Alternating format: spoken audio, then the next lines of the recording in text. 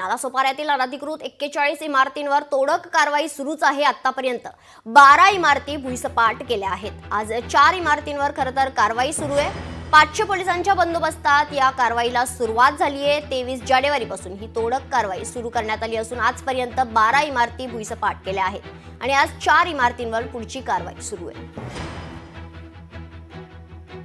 माननीय सर्वोच्च न्यायालयाच्या निर्देशानुसार 41 इमारती निष्कासित करण्याचं नियोजन आहे। त्यापैकी 12 इमारती निष्कासित केलेल्या आहेत। उर्वरित आज 4 इमारती निष्कासित करणार आहोत।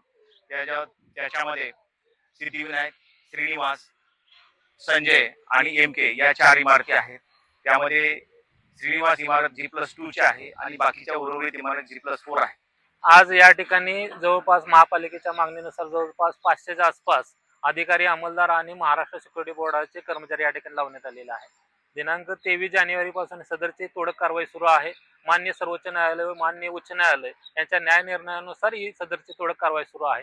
कोणताही कायदा सुव्यवस्थेचा प्रश्न निर्माण होऊ नये याच्या अनुषंगाने येथील लोकल लीडर्स आणि येथील रहिवासी यांच्याशी समन्वय ठेवून या ठिकाणी प्रॉपर बंदोबस्ताची आखणी या ठिकाणी करण्यात आलेली आहे।